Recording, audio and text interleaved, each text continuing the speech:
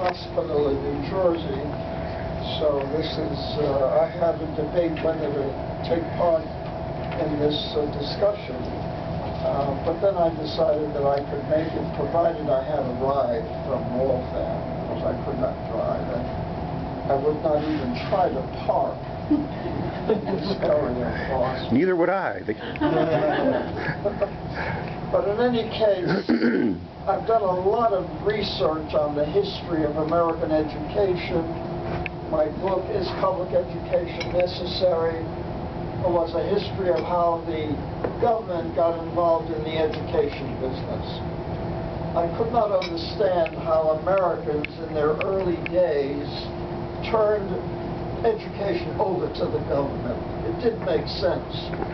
And when you read the true history, then you realize that it was the whole idea of government education was imposed by the elite on the American people. They wanted educational freedom. They had private academies all over the United States that were doing very well. And the country was the most literate nation on earth. And their literacy was due to very simple reading programs.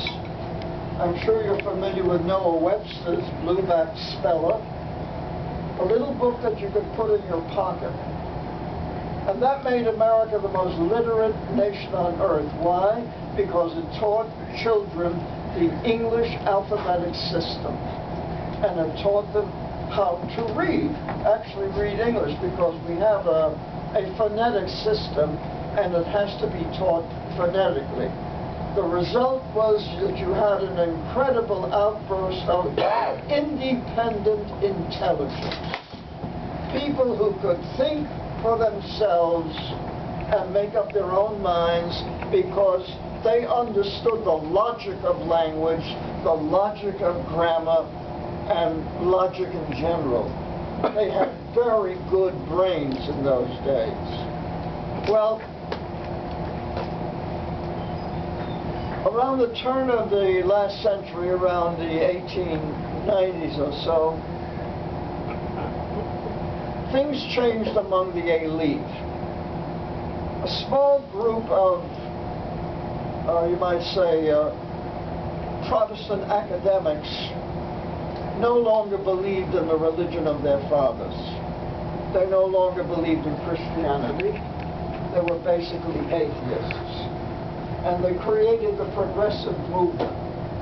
The leader of the progressive movement was John Dewey. I'm sure you've all heard of John Dewey.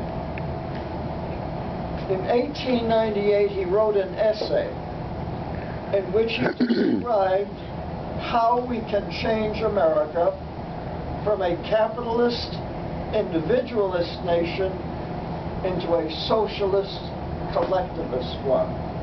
And he said the way we can do it is to take over the schools and change the way reading is taught in the schools.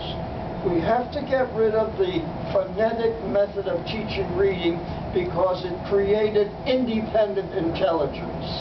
And you can't have a socialist society where people are thinking independently. So he said we've got to change the way reading is taught in our schools.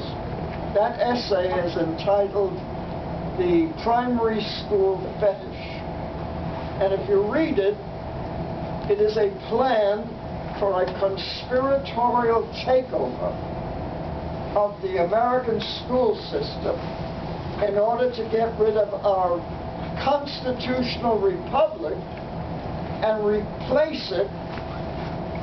You know what they wanted to replace it with? A fantasy, a socialist fantasy. And what was the model that they chose? It was Edward Bellamy's book, Looking Backward, published in 1880, in which he fantasized of an America becoming communistic, socialistic in the year 2000. That's the fantasy. And incidentally, that novel is still read in American schools today by teachers who are pushing all of this. any case, the imposition of socialism in this country started right then. And this group of people were mainly concentrated at Teachers College in Columbia University. And they devised the new psychology, the new behavioral psychology. Edward L. Thorndike created the stimulus response technique. He had experimented on chickens, how chickens learn.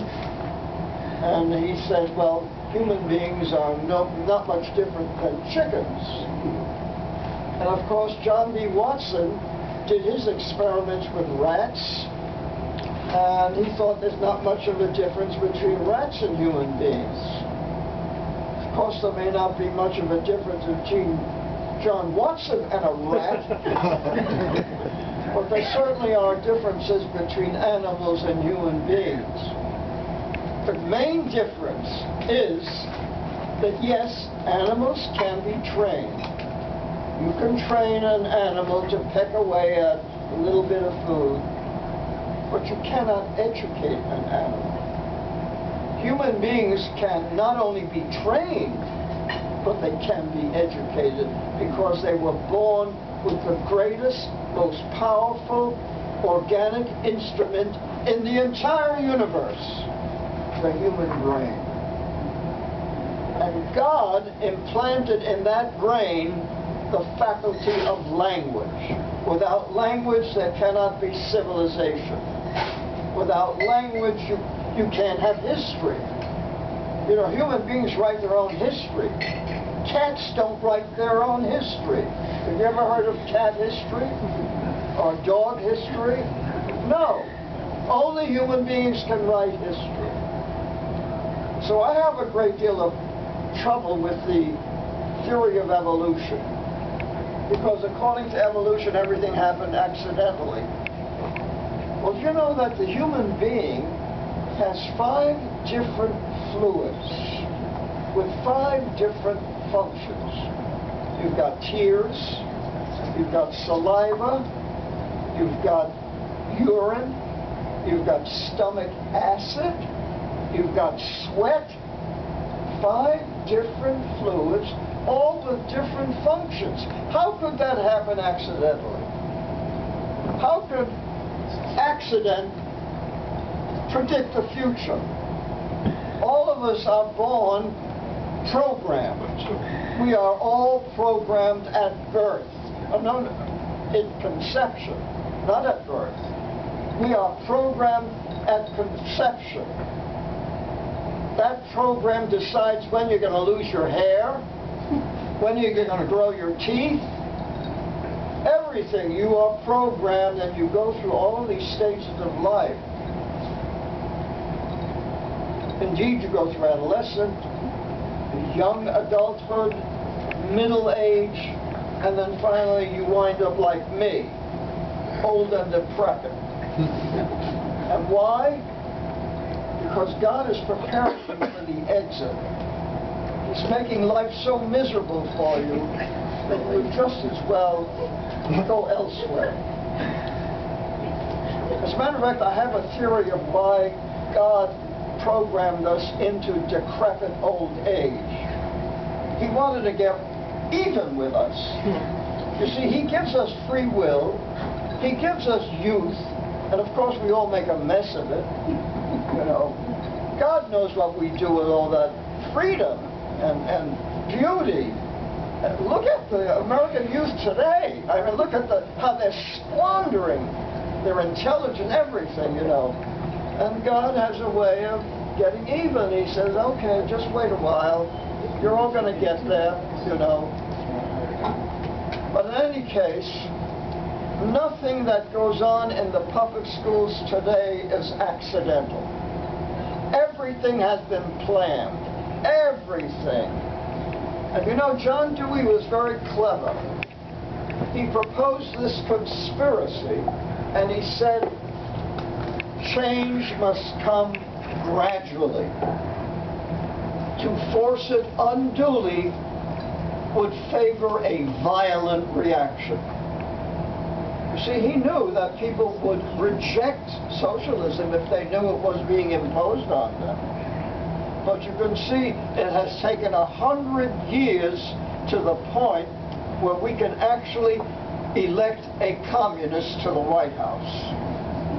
It took 100 years. And how are we going to get out of this? Well, read my books.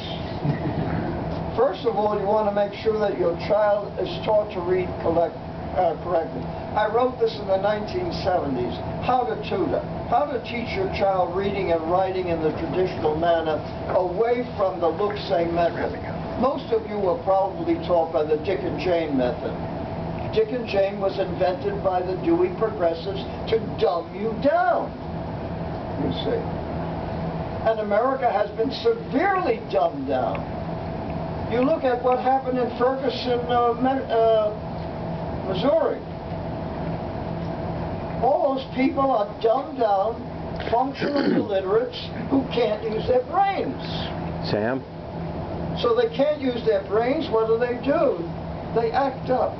They march in the streets. You know, a literate nation is a less violent nation. And that's why we need to restore high literacy in this country. And my phonics book, Alpha-Phonics book, has been used by thousands of homeschoolers to teach their children to read. And I've produced a cheaper edition. This is $30 and this is $12. Because I want the book to get to all of those people in Ferguson who can't read. You know. Sam? Well, anyway, I hope that you will read some of my books, read NEA Trojan Horse in American Education, and read Is Public Education Necessary? You can get my books very cheaply on the internet by going to Abe Books, A-B-E Books. Abe Books is a depository of all out-of-print books in the world. Okay. And you can get some of my books for very little money.